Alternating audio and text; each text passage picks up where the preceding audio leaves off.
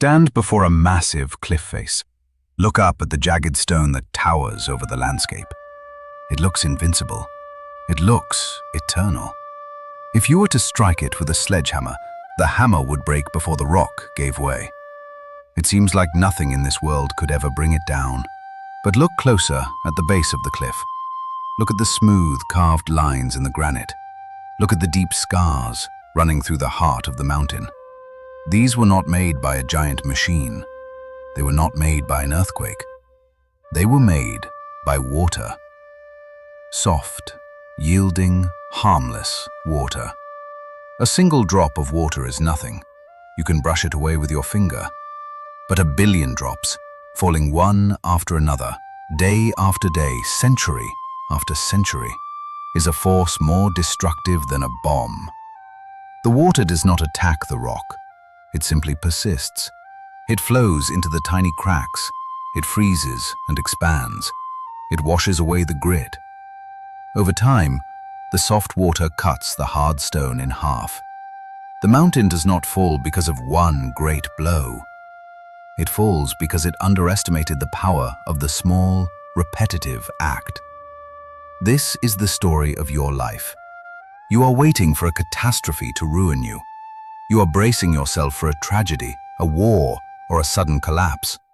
You think the enemy will come at the gates with a battering ram. You are preparing for a battle that may never come, while the real war is being lost inside your own house. You're not being destroyed by a disaster. You are being destroyed by 5-minute increments. You are being unmade, piece by piece, by the things you think do not matter. You tell yourself that one missed workout does not make you weak. You tell yourself that 1 hour of mindless scrolling does not make you stupid. You tell yourself that hitting the snooze button does not make you a coward. And you are right. One time does not matter. One drop of water does not cut the stone. But you never do it just once. These actions are not isolated events. They are votes. They are evidence of who you are becoming. We often speak of the Japanese concept of Kaizen. This is the philosophy of continuous improvement. The warrior sharpens his blade every day, not just before battle. The craftsman polishes the wood until it glows. It is the belief that small, positive actions compound over time to create mastery. But there is a dark side to this law. There is a negative Kaizen. This is the compound interest of decay. Negative Kaizen is the invisible accumulation of weakness. It is the slow drift into mediocrity. It works exactly like the positive version, but it requires no effort. Gravity is on its side. If you stop rowing your boat upstream, you do not stay in the same place. You float downstream. This is the law of entropy. The universe leans toward chaos. Order requires energy. Disorder is the default state. If you leave a beautiful garden unattended, it does not remain a garden. Weeds take over. Roots destroy the walls. It becomes a jungle. If you leave your body unattended, it does not stay fit. Muscle dissolves. Fat accumulates. Joints stiffen.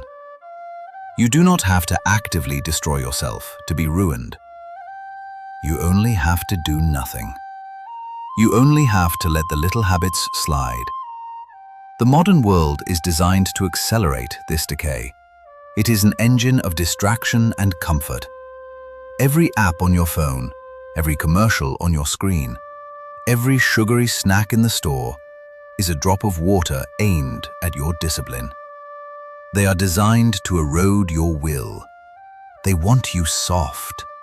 They want you compliant. They want you to trade your birthright for a dopamine hit. You feel this happening. You feel the drag on your soul. It manifests as a low-level anxiety. It feels like a fog in your brain. You remember a time when you were sharper, hungrier, more alive.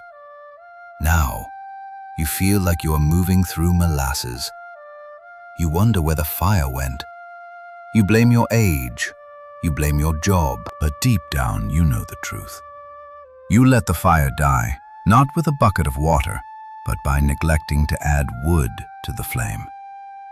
The most dangerous lie you tell yourself is that you can fix it later.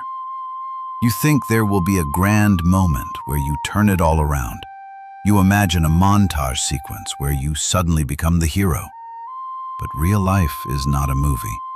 There is no sudden transformation. You are building your future self right now, in this minute. If you are lazy now, you will be lazy then. If you are weak now, you will be weak then. The man you will be in 5 years is the sum of the habits you accept today. To stop the erosion, you must adopt a new protocol. You must stop looking for the magic bullet and start looking at the minutes. The warrior does not focus on the mountain. He focuses on the step. The first step is to identify the Keystone Bad Habit.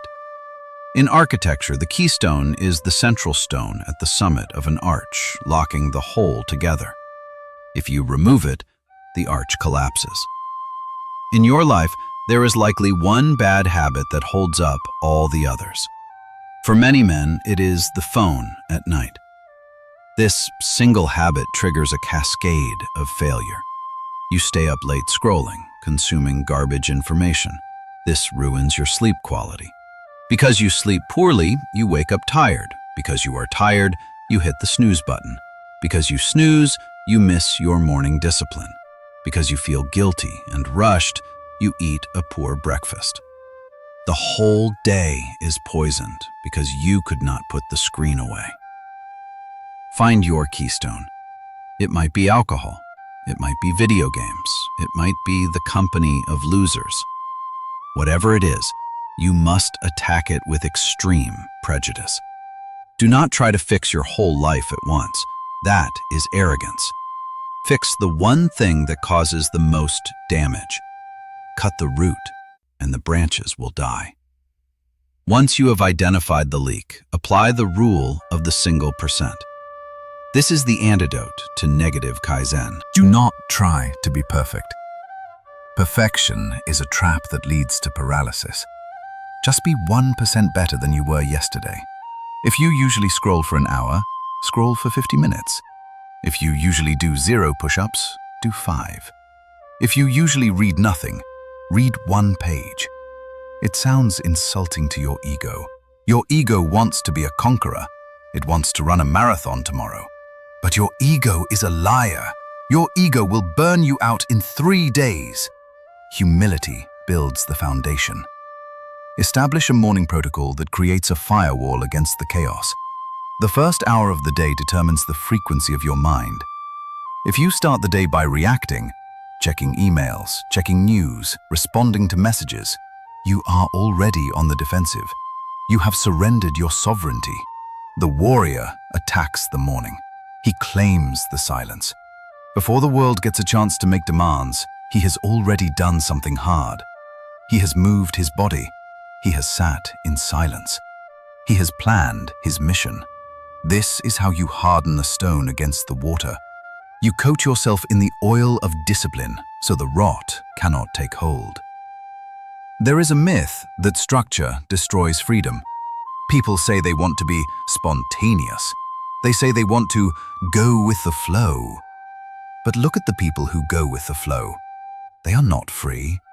They are slaves to their impulses. They are slaves to their moods. If you only work when you feel like it, you will never build anything of value. If you only train when you feel energetic, you will remain weak. Real freedom comes from discipline. When you have control over your mind, you are free to choose your path. When you are financially sovereign because of your work ethic, you are free from the boss. When you are physically strong, you are free from the limitations of a frail body. Structure is the skeleton that allows the body to move.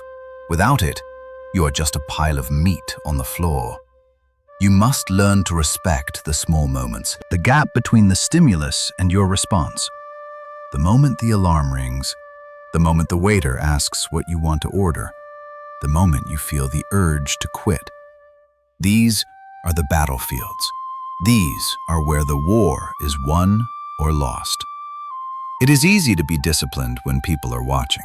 It is easy to be strong when the sun is shining. But the shadow mentor knows that character is what you do in the dark. It is what you do when you are tired, lonely, and convinced that it doesn't matter. Stop negotiating with yourself. The voice in your head that says, "Just this once," is the voice of the enemy. It is the voice of the rotting apple. It is the voice of the water eroding the stone. Treat that voice as a hostile entity. Do not argue with it. Silence it with action. Imagine your potential as a bucket of water. Every bad habit is a tiny hole in the bottom.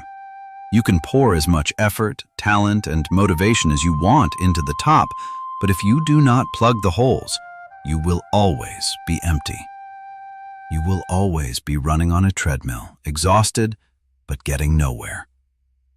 Plug the holes, one by one. It is not glamorous work.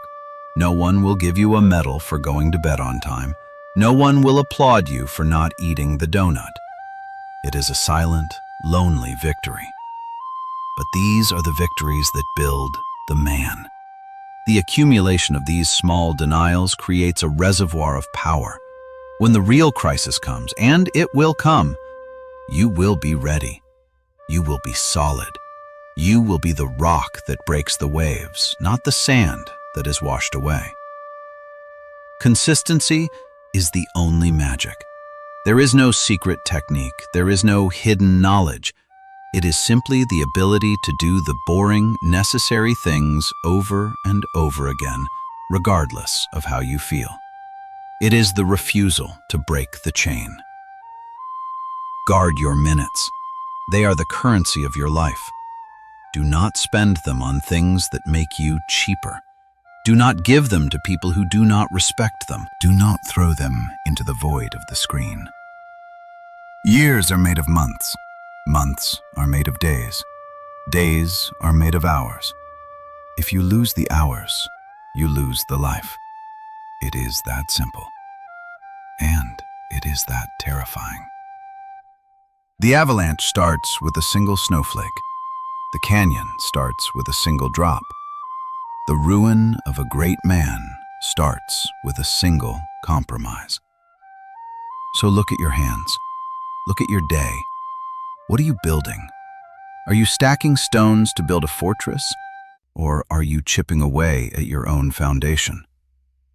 The only question is, will you bleed slowly every day until there is nothing left? Or will you stop the cut right now? The water is falling. The stone is waiting. What will you do?